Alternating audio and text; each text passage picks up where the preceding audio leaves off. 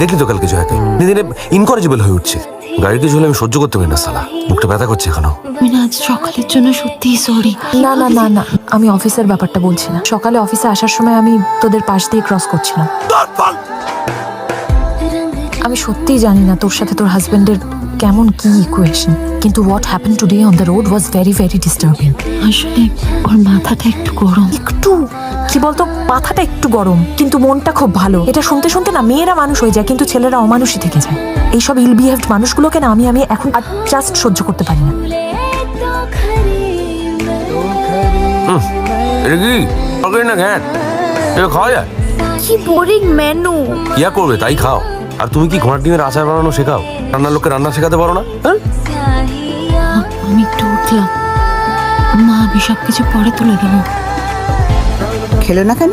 নতুন বাড়ি, নতুন গাড়ি, তাও জয়া সব সময় মুখটা